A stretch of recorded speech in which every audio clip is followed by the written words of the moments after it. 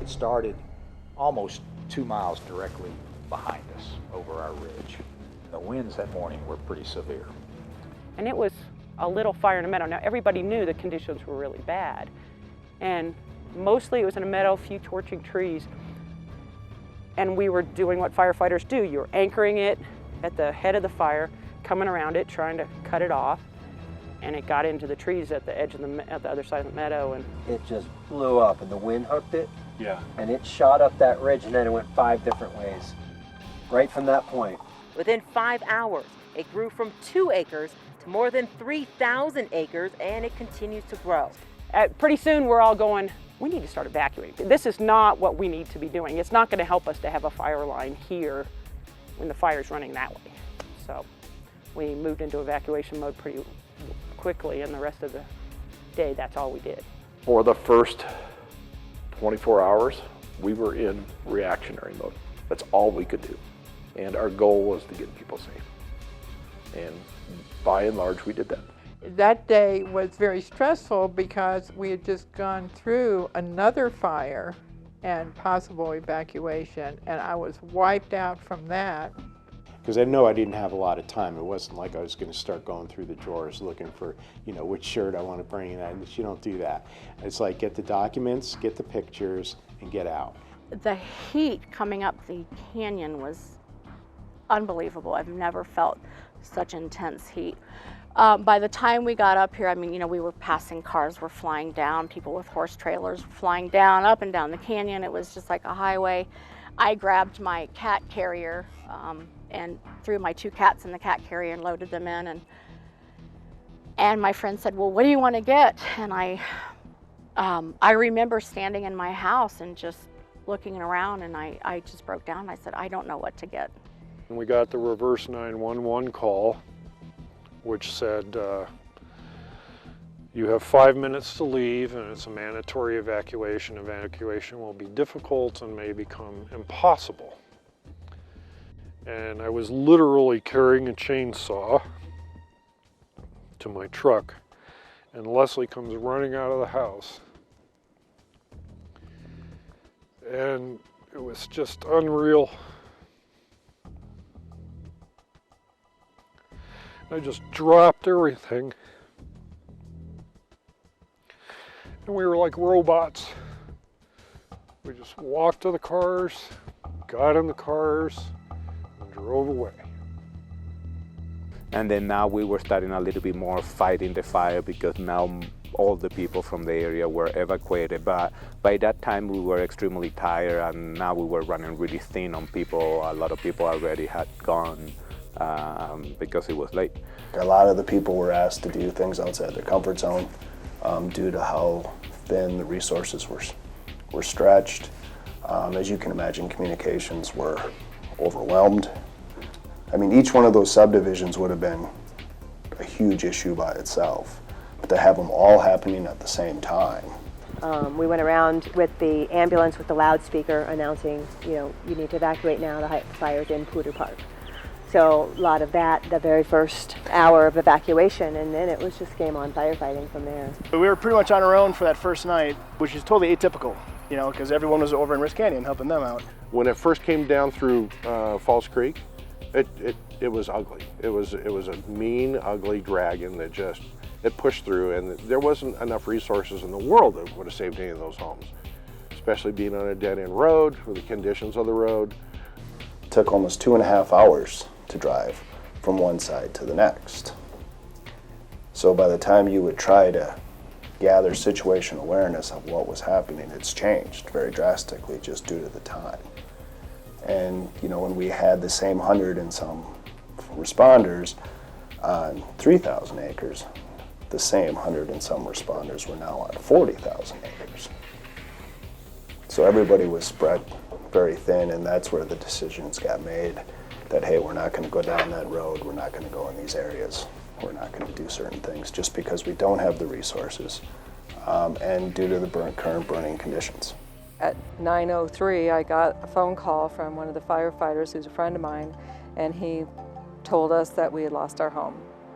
He said that it was a wall that was 200 feet flames above the house, coming at 30 to 40 miles an hour, and he said nothing was going to prevent that fire from taking our home.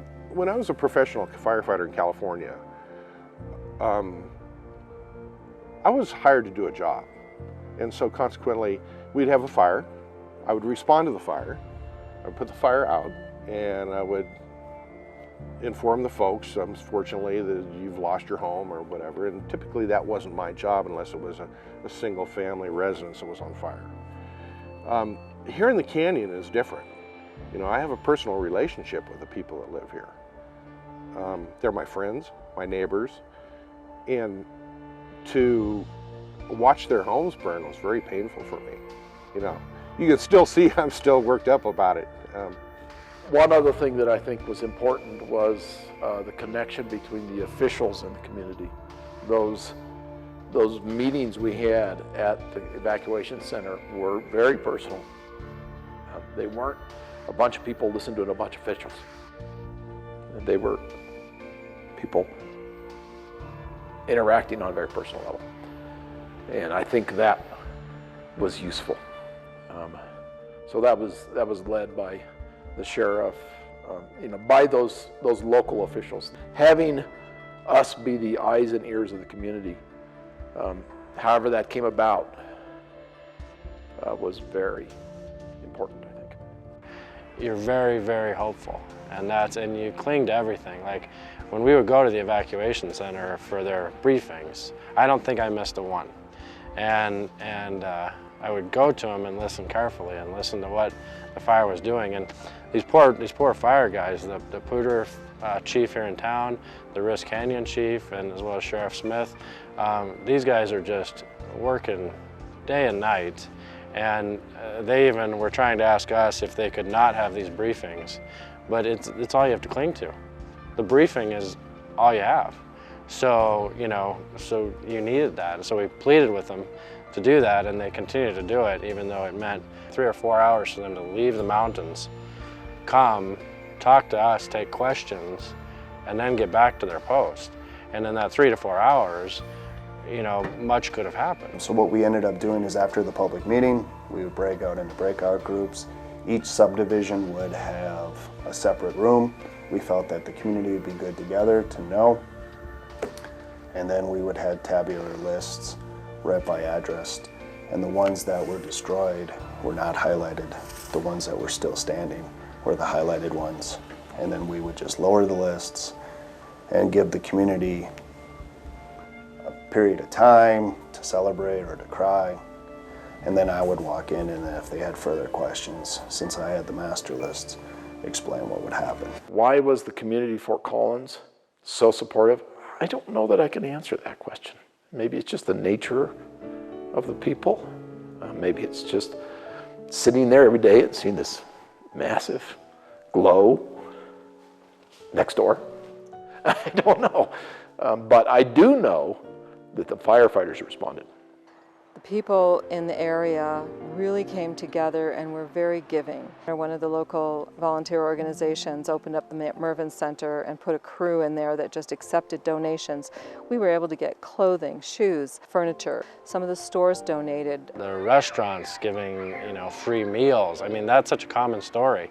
You know, we had 3 or 4 restaurants give us free meals, but I heard stories of almost every restaurant giving out free meals to people that who had gone through this.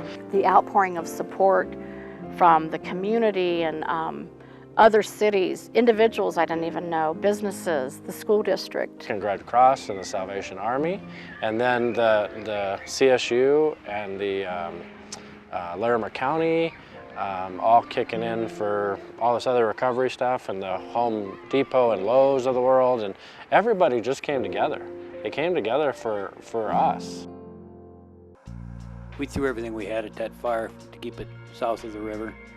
Lots of really effective aviation and dedicated pilots doing what they could, as well as a whole bunch of hard-working firefighters, and it's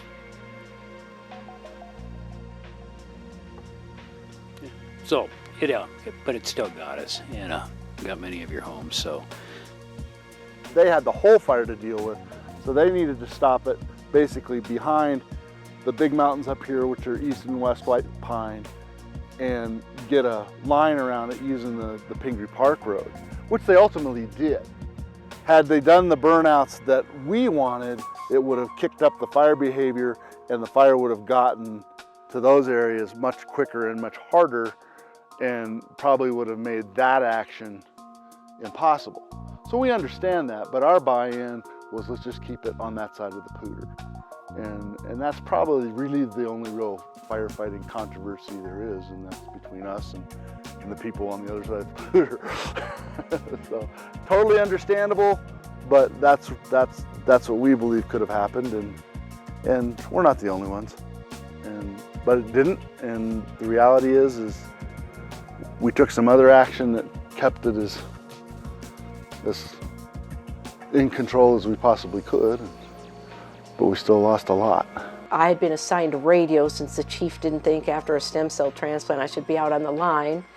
And so I was handling all the base radios and all the radio communication at the fire department, and heard the tone change from, oh, you know, it was a Friday and we were hoping that all of Glacier View would be back in on Sunday, to put out an all-hands page. We need everybody here as soon as possible.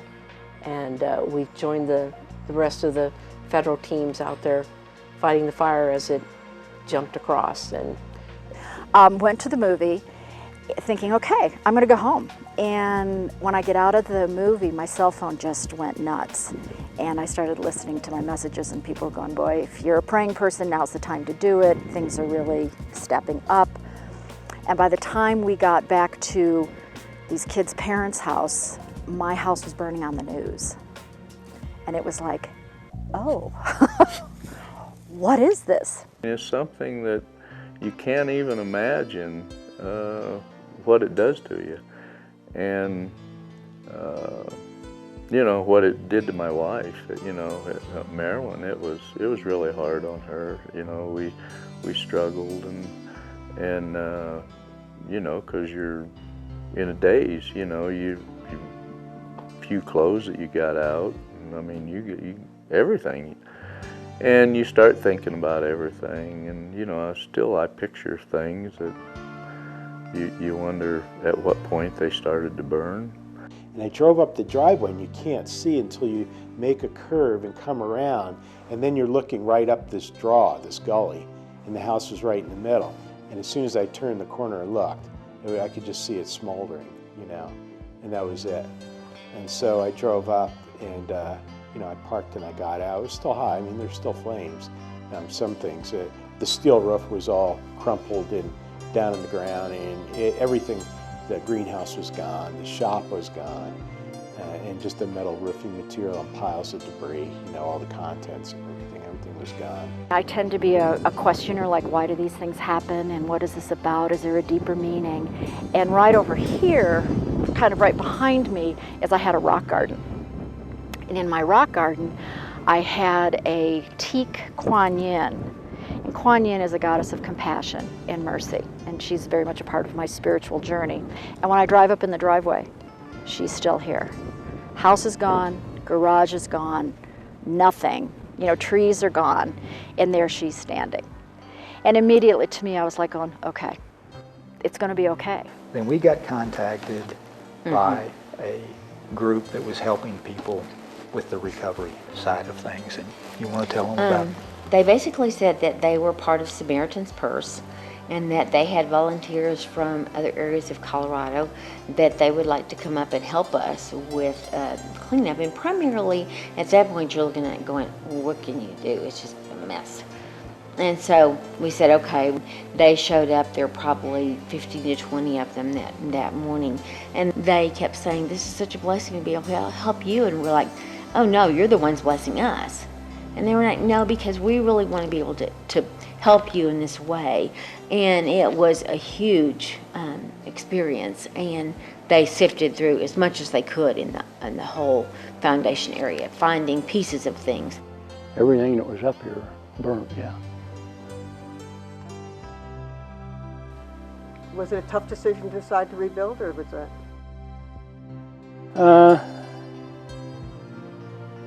There was a good bit of thought went into it, but you know, there wasn't much decision there on what you do. You know, now I'm sitting on 40 acres of pretty worthless land with a couple 100,000 black toothpicks.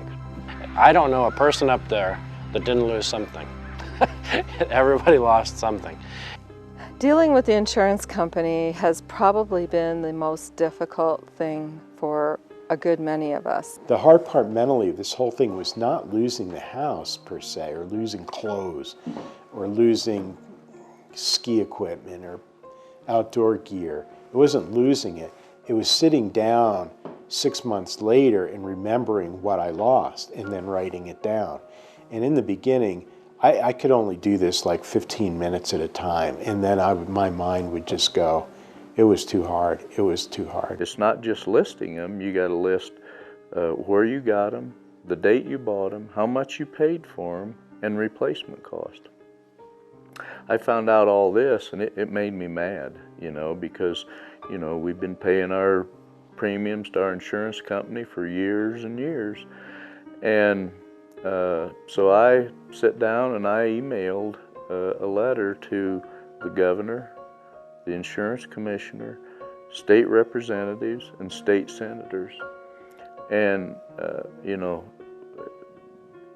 voicing my opinion on this thing and the complications that it's causing so many people. And, you know, it wasn't just us. There were 281 homes here in Larimer County that burnt in that fire. Think about this from a homeowner's perspective. You just lost your home. You just found out you were 30% underinsured, minimum. The average was 50% underinsured. So now you don't have enough money to rebuild, and here's this little group that comes along and says, build safer and stronger and smarter. Well, you don't have enough money to build safe and sanitary. But we're gonna help you, we say.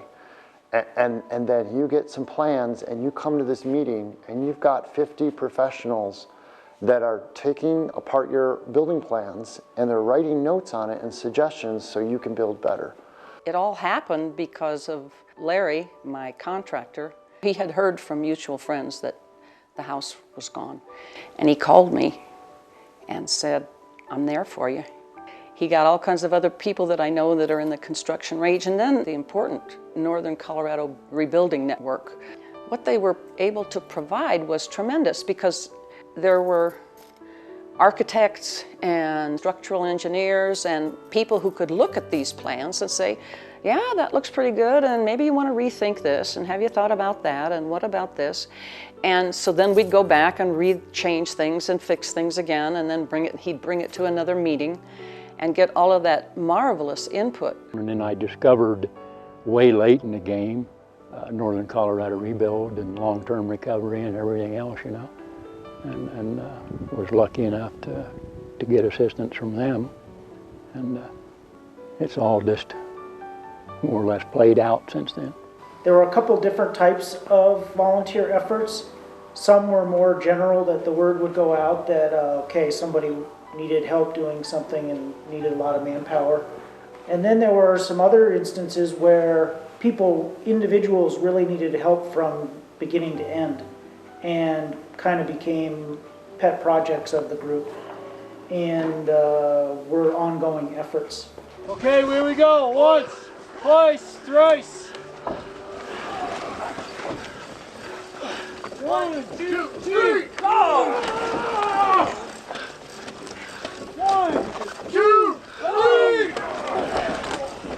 One more. 1, 2, 3. One more. 1, 2, 3. Yeah. Easy. And it affected each individual differently. I guess I feel really lucky. The crazy fire, I mean, it burned the house, it skipped the carport, then it jumped to a funky garden shed that needed some attention anyway, but then it didn't burn the outbuildings. My meadow was there. The biggest trees on my whole property are right out this view, and so the view looks the same. we really feel strongly that chances are pretty high that something like happened with the High Park fire will happen again here, and I don't want to be here to see it. So now we live in Western Washington, where it's cool and rainy. And there might be a volcano or an earthquake. Or a tsunami. At least there most likely won't be a fire. And that's really for us, when you take it all the way down to the visceral level, we just can't do fire anymore. We just can't do fire. Yeah. There's still some things that are up in the air. One thing I know I'm not going to do, I'm not going to rebuild a year-round house up there. Pretty much decided that, you know, and I do still want to put a getaway cabin on the property. I still own the property. It's still burned over. No, there's probably, I can count the number of green trees on the property probably on one hand, you know, and I still like it up there a lot. And the grasses came back in the last couple of years, and some of the flowering plants, and I think it's just really, really cool watching it come back. And so we got a new bill passed. It was signed into law May 10th of last year. One of the biggest things in this fire is people were so underinsured. And so one of the things that got passed in this new bill is every 2 years now, the insurance company has to give you a replacement cost value of your house. You really learn to appreciate a community when you're having a disaster, and we've had one right after another, and so we appreciate our community probably a lot more than a lot of people right now. But I don't know if you ever really recover from it. I think it's always part of you. You were part of it. It was an experience, and in a way, I don't think you want to recover from it. I think it's now just, it's part of your life, and it's part of who makes you are, and it's part of all your decisions you're going to make going forward. That was a tough year for us, you know, between the two major fires and a major flood. But we survived, and we will go on. Thanks to a lot of good people.